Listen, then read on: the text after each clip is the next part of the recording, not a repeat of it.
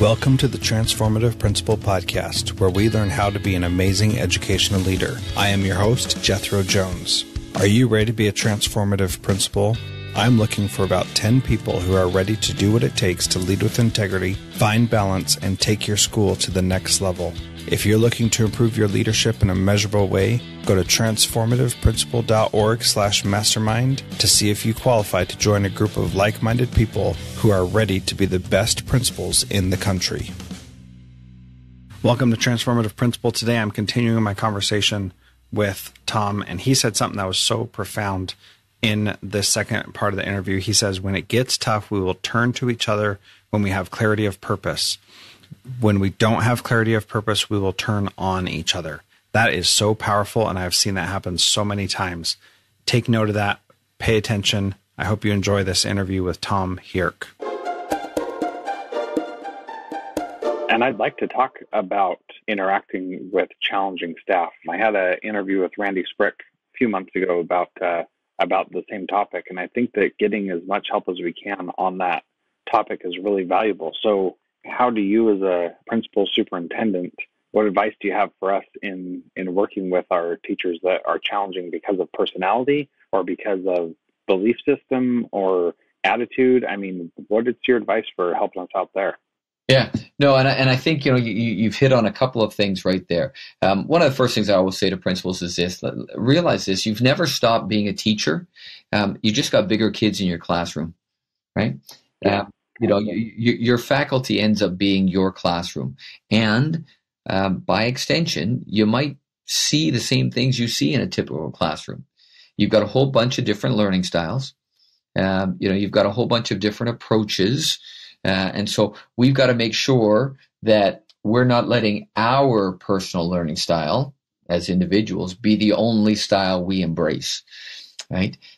You'll get to being a true collaborative culture, a true learning culture, when we can have collegial disagreement and dialogue.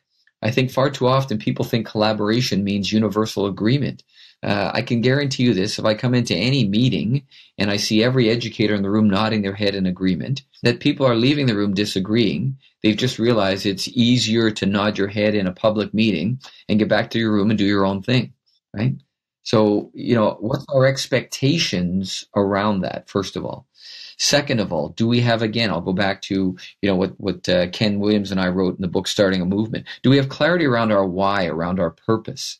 Because if we don't, it really gets hard then to follow up with the meatier conversations around what we're doing to differentiate and enrich, what we're doing around assessment practice, what we're doing to analyze the evidence that we have, if we don't have clarity around why we're doing the work.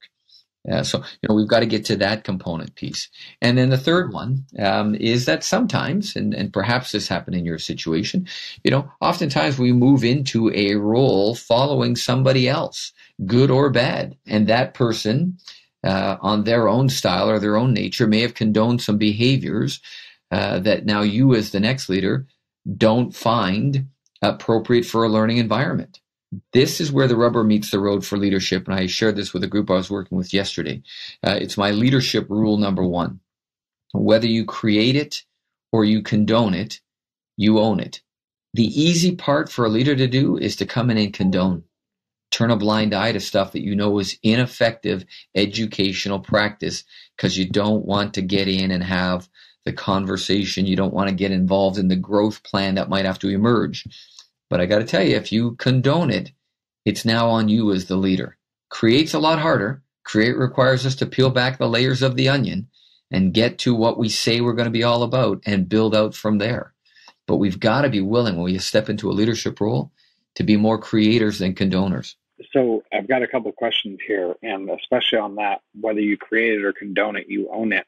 Having been in a building where I came in and condoned a lot of things, I was quickly termed to be the axe man, the hatchet man, a lot of these things that, don't make me feel too good. And how do you do that coming into a new environment without destroying people's morale and telling them that everything they've been doing for their whole careers is wrong?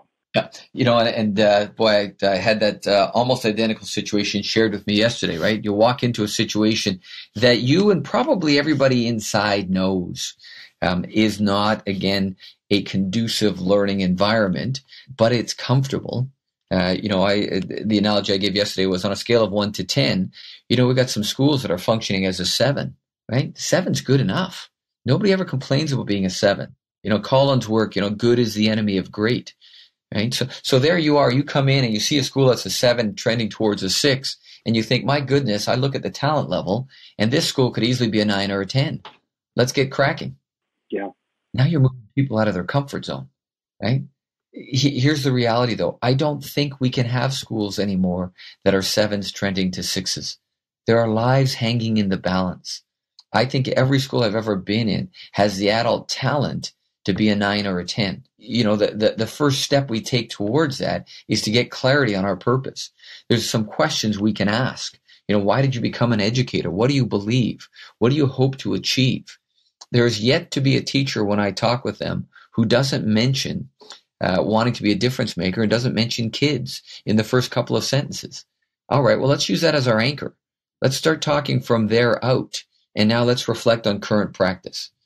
We have a profession that on some levels wants to remain largely unchanged despite the world around us. We've got 21st century kids being taught by 20th century adults using 19th century content on an 18th century calendar. And we wonder why there might be a little disconnect at times. Yeah. Right? We've got to be willing to break through some of that.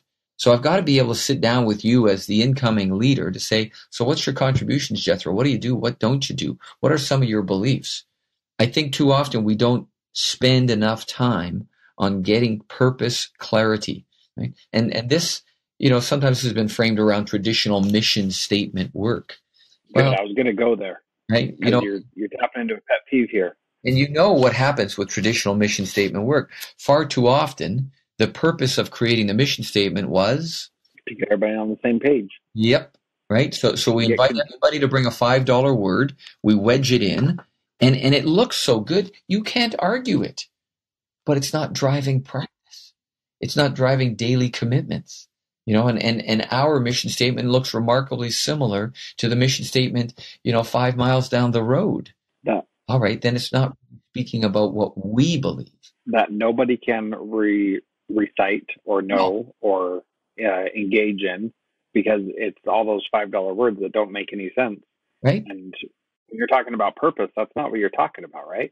No. When we get purpose clarity, it drives every decision. It liberates the dialogue in a school. I can give you our purpose in the hiring process. Go back to the hiring process you just did. I will take 10 minutes during the interview and slide across our purpose to you and say, hey, Jethro, knowing the skills you have, how do you see that aligning with what we believe to be our purpose here at XYZ school? And by the way, also feel free to tell us how your unique school set might shape our purpose going forward, because it's a static versus a living organic document. I want it to be breathing. I want our purpose to be clarified and owned by every adult we have in the school now, not from 5 years ago. And I want everyone to know when they come into our school, man, this is so obvious what this place is all about. They don't just talk about every kid. They don't just talk about success for all. There are so many demonstrations of it. And when we get to the hard parts, the clarity that emerges when you have purpose is this. When it gets really tough, we will turn to each other. If we do not have purpose clarity, when it gets really tough, we turn against each other. Yeah, I'm just thinking about that for a minute, because that is exactly what I have seen in many organizations that I've worked in. And, one of the more touchy things is when we were doing a training for what would happen if there was an active shooter at our school, my response was, how do we get all of the kids outside of school as fast as we can if the person is inside? Because that's all that matters, is saving our kids' lives. And if that happens and all these kindergartners are running out into the neighborhood, even if we're in a tough neighborhood, the community is going to rally around and support those kids when it gets tough, they're going to turn to each other because there's a tragedy. And that's what always happens in tragedies, is that the community comes together, supports everybody who's been affected by it, and rallies around them. And, I haven't thought about it like that before. And Tom, you really opened my eyes to what that really means. And you can tell when it's working and when it's not, because when it gets tough, Yep. then you start turning on each other, and that means you're not clear about what you're doing. Nope. And yeah, it's awesome. Yep, that's the money question. Those are the times. And I think far too often, we do a lot of this construction work during times of relative calm, thinking about our easy to reach, easy to teach kids. Yeah. Listen, I want, and I've worked with schools now over the last 2-3 years. And for some schools, I got to tell you, Jethro, it's taken us over a year to get our purpose clarified.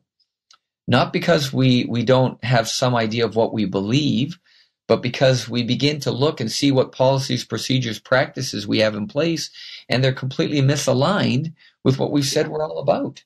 You can't have, for example, a belief in all students and have penalty points on their academic progress and have 0 as an earned mark and have, deletions every day for the work not coming in. That already starts to reshape what you meant by all. You meant most, and only if they could meet certain demands. Well, that's not a reality. I was recently working with a group of 1,000 educators. I asked these 2 questions. First question I said was, put your hand up if you've never been late to a faculty meeting. I know, right? No hands went up. My second question was, put your hand up if you have got everything in on time that your leadership asked of you. And again, no hands went up. This is a highly skilled, highly qualified, very learned group of adults. And we can't hit it every time. And we would expect kids to? All right, let's talk about what it's really like for us. Because when I followed up and asked how many of them lost 20% on their next paycheck, my goodness, the fur hit the fan, right? How unfair practice that would be, how it would never motivate them. I said, you're absolutely right. I don't think it motivates kids either. Why are we doing it? Well, because we need to teach them how to be responsible, Tom. Yeah. But you know what the real reason why we do it, Jethro? Tell me. For me, the crux of the debate is easy versus hard. That's right. I would challenge you and any of your listeners to think about the most ineffective practices you've ever witnessed in education. And I'm going to suggest this. Every one of them could go under a 1-word heading, and that 1 word would be easy. We don't do it because it works. We don't do it because it's effective. We do it because it's easy. It is much easier to give a kid a 0 than to find out their current state and employ the most important 3-letter word in education, YET, and help them get there.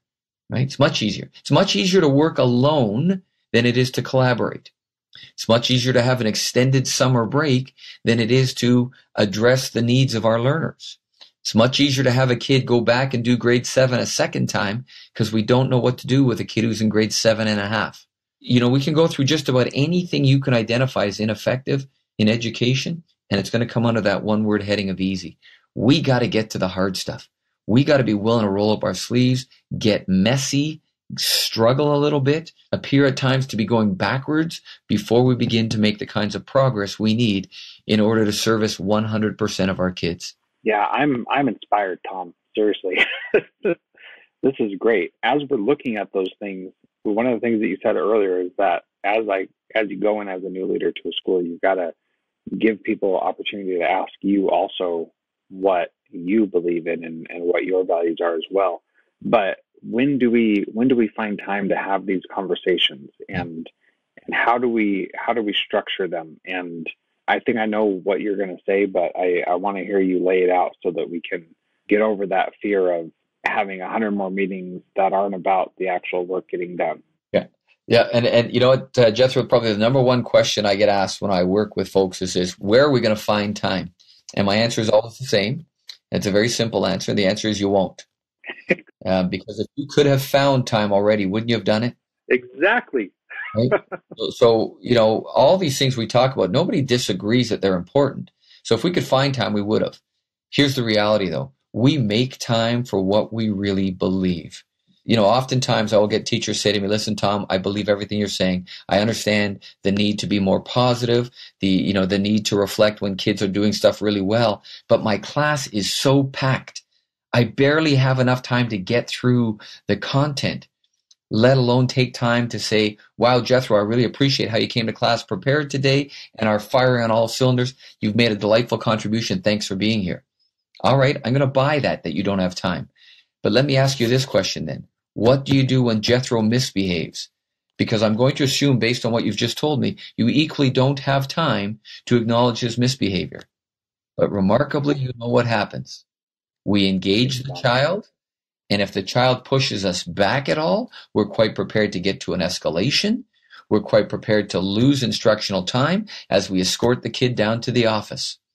You didn't have any more time for that, but you somehow made it happen. Yeah. See, we got to make time for what we believe to be essential. Now, let's be clear. Anything any educator has ever done effectively, the first time they did it, it took a lot of time. But when they got it cooking, they got time back at the other end, right? Yep. Good instruction takes time. Good assessment takes time. Good collaboration takes time. But the corollary is even worse. Bad assessment, bad instruction, bad collaboration takes even more time. And it's always reactive time. The single biggest waste of time today in education is what I call chase time. And chase time is that time we spend reacting after the fact, trying to remediate after the fact, trying to go back now and pull apart the threads. I mean, I bet there's a chunk of your day that is spent trying to resolve conflicts that occurred earlier in the day that had somebody taken the responsibility to deal with it in the moment, might have taken 2 minutes up front, is now taking you 20 minutes at the tail end, and you're not through it yet. Yeah, you got that right. Right? Chase time doesn't work. Upfront time, as precious as it is, will yield much better, longer-term benefits. Again, I go back to the role of parenting. You did your best parenting, you and your wife, before your child entered school. Those are the lessons your children carry forward, right? You can't start parenting when they hit 14. Yeah, absolutely. It's, as a father myself, when I think about that, like I need to be doing things right now at whatever age my kids are to prepare them for what's happening later. Well, And it can sometimes be overwhelming, but that's my job as a parent, and I've got to put the time in now to hope they turn out how I want them to, That's my only hope, to get them to turn out the way I want them to. Exactly, right? And, I happen to be parent. My wife and I have 3 grown children. Our kids are 34, 32, and 29. You know what the best part is? When they all get together, they actually love being around each other. Yeah. They're all married now. They each have 2 kids. They can't imagine anything more than being with each other and having their kids be with each other. All right? That's when my wife and I kind of look at each other, and it's kind of thumbs up, right? The stuff that you did early on, that you invested lots of time in, that you made some sacrifices around. It meant you couldn't do some things that you may have wanted to do in the adult world, but by golly, it paid off. Yeah, absolutely. So different in our schools, right? You got to get to those kids early. You got to start to build those connections. Right? The more time you spend with kids in a positive, the less time it ends up being that you only see them in a negative. Yeah, so true. Tom, I think we could probably talk for at least 2 or 3, maybe 7 more hours, because I'm loving our conversation. I respect your time and want to go ahead and close up, but I want to ask you my final question, which is, what is one thing a principal can start doing this week to be a transformative principal like you? I think, one of the simplest things, it goes right back to the first word I use, is to ensure that the relationships you have are healthy and positive. Being positive doesn't guarantee a result, but being negative sure does. Let's focus on being positive. Let's focus on what we believe to be the best in our educational colleagues, the best in our students, the best in our parent support network, the best in our community. Will you get disappointed periodically? Yep. But I got to tell you, again, being positive sure beats the heck out of being negative. That is so true. Tom, how can people find more from you, learn more about you? I've got a link to your website and your book in the show notes. Yeah. How else can they get a hold of you? Twitter is just at Hierck, Thierck. Facebook is just Tom Hierck. And then you've got the website, tomhierck.com, and then just thierck@gmail. And I welcome the opportunity to connect. As I said early on, I'm a work in progress. I got lots more learning to do, and I value the opportunity to connect with colleagues across our great countries. I hope you enjoyed that interview as much as I did. Please be sure to check out the first episode of this, and then also the Transformative Leadership Summit, where Tom talked more about the clarity of purpose, and you're going to really enjoy it. And thank you so much for listening to the Transformative Principal podcast. Have a wonderful week. Transformative Principal is a proud member of the Education Podcast Network. Podcasts for educators by educators. Visit edupodcastnetwork.com for more great podcasts.